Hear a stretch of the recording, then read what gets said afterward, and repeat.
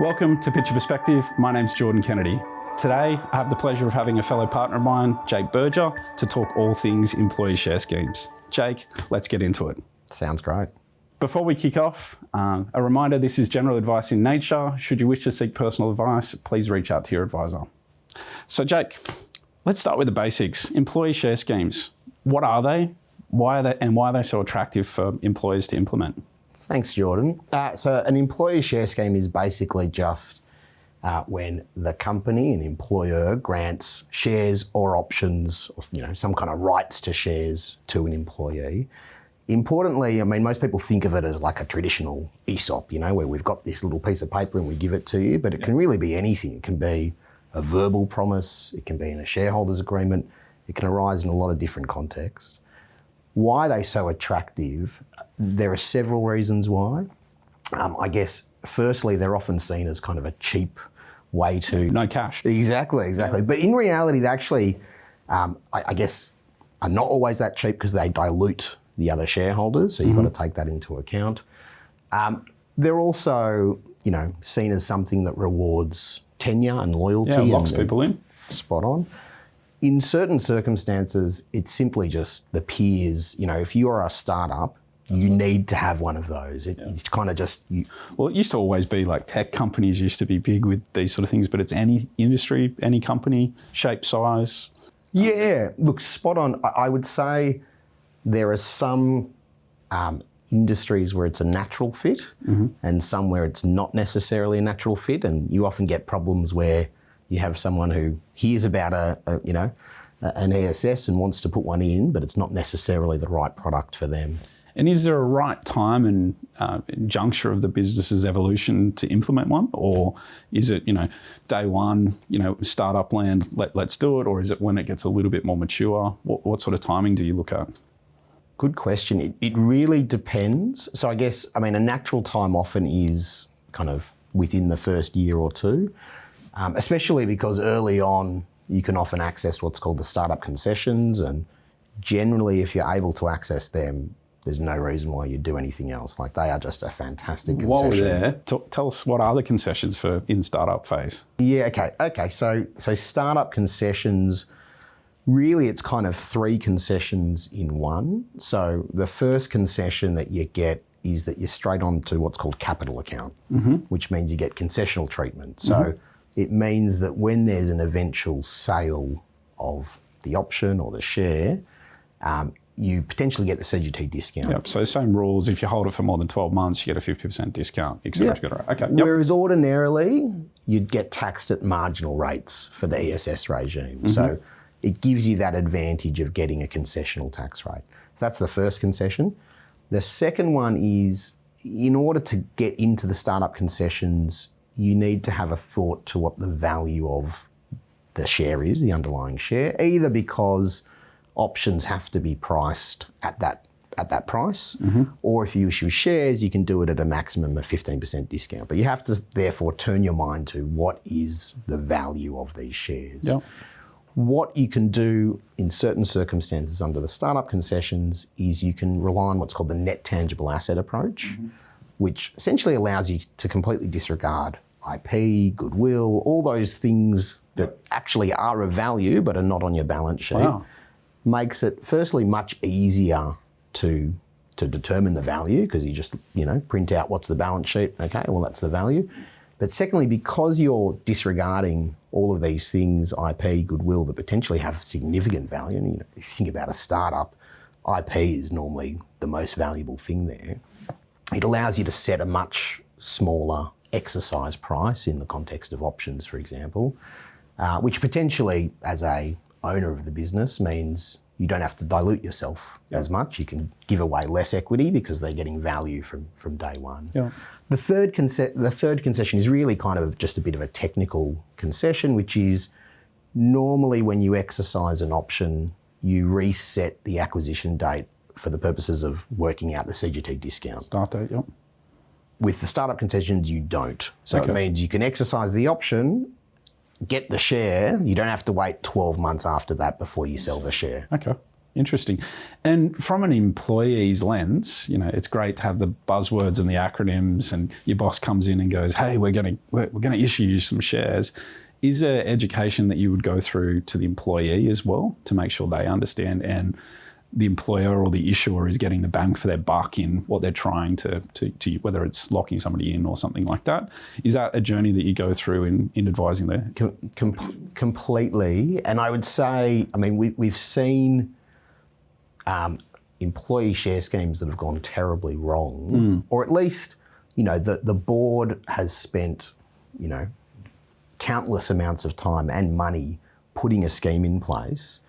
And then you go and speak to the employees and they just don't value it. Yeah, or it's too complex. And so you think, why have you guys put this complicated scheme in place that you thought was fantastic for employees? You thought that it was going to incentivise them, and the employees don't even understand what's going on. So I'd say communication is key. And so that can often be, having us or having someone come out and explain it to the employees, and ideally really taking a video of that or having a frequently asked questions or something so that people can come back to it, or, fact sheets, all that kind of stuff. But the other kind of important thing is simplicity. So I think when you're doing a scheme, if you're doing a scheme for all the employees in the organisation, you want it to be as simple as possible. If you're doing a scheme for the execs, that's where you can kind of get a little bit more tailored. Dial it to get the outcomes that you're trying to achieve. Yeah, and specifically probably where you can get more complex is tax planning. So if you're not in the startup concessions and you want to get them a better tax outcome, is there a way that you can do it?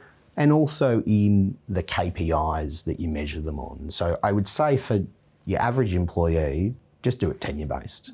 They don't need some complicated KPI. For the average employee, it's just if you're here in 1 year, 2 year, 3 year, 4 year, whatever the distance that you want it to be. For the execs, where their actions impact the share price, the return, whether they sign this deal, all that kind of stuff, well, for them, maybe it's appropriate to have more detailed KPIs.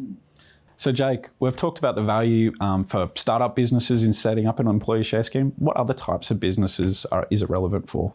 Yeah, so I'd say the kind of two traditional users of employee share schemes are either listed companies or startups. Essentially, not always even startups, just entities that are targeting an exit. And I guess the reasons for that is listeds, it's quite easy to manage the tax implications because, you grant someone some shares, they get assessed on it, but they can just sell half the shares or all the shares, or they can just try to pay the tax bill themselves, but at least they've got a liquid asset that helps them to deal with it. Startups, or at least someone that's planning an exit, that's one of the great things about an employee share scheme. It's just a natural ticket to play in an exit event, and that's really the big incentive. Where it becomes a bit more challenging is a private company that's not targeting an exit. And so let's say you really want to get a dividend play, you want someone to be able to share in dividends. That can be very challenging to do. Probably the other context where it's used a little bit is succession planning, but there's challenges with that because all of the concessions start to tap out at 10%. Yeah, and if we've got a plan in place and for whatever reason, you're hopeful that you're using an employee share scheme to retain as many people as we can, but the odd person's going to want to jump off the boat. How do you deal with those sort of events in sort of unwinding somebody that's in a plan? Yeah, so I guess the first thing that I'd mention is my advice generally is very rarely to give people shares. So give people options. And one of the reasons for that is options are very easy to unwind. Shares are far more difficult, both from a kind of corporate law perspective, which is obviously not something I can advise on, but something that I've seen lawyers having to do a lot of work around that. But also from a tax perspective, it's far more complicated to take away shares. But I guess, there's that philosophical good lever, bad lever provisions and how to manage them. So you'll see some companies where their view will be basically you have to be around until the end. So you have to be around until the exit point. If you leave at any point before that, you're dead to us. There are some that might say, look, you've done your 4 years, you've done your 5 years, you decided to go somewhere else, but over that period you earned some value, and so you're allowed to keep those options and still eventually play in an exit event. Again, I think it's really just this philosophical, how do the owners think about it? Yeah, and the other one which jumps out to me, I'm a shareholder. As an employee, I get a say. I'm at the table, my views are going to be heard, going to be listened to, and I help steer the ship. I'm assuming from an owner's perspective, although everybody's ideas are great ideas and you want to embrace them, how do you sort of steer that dialogue to say, look, you are a shareholder, but we're still leading the direction of the business? Yeah, look, once again, I would say that relates to the earlier comments of, for your average employee, make it simple, keep them as option holders only. For kind of execs, maybe it makes sense to bring them in as shareholders and have them reap the benefits of genuine ownership. So, reap the benefits of dividends and being able to have a vote. And stuff, yeah. I mean, what you do see sometimes is that the plan will have something in place where people can have shares, but they don't have voting rights. So either there'll be a power of attorney over their voting rights, or their shares will be held in a employee share trust, which will be able to exercise the votes. Or sometimes you'll even see that it's just a different class of shares that doesn't have voting rights. So I would say voting rights, in many ways, it's rare to give those up. You wouldn't want to give the whole crowd. And this is one of those things commercially, scheme design is critical. So really thinking through how you want this scheme to operate. So do you actually want people to be shareholders, your employees? Do you actually want them to vote?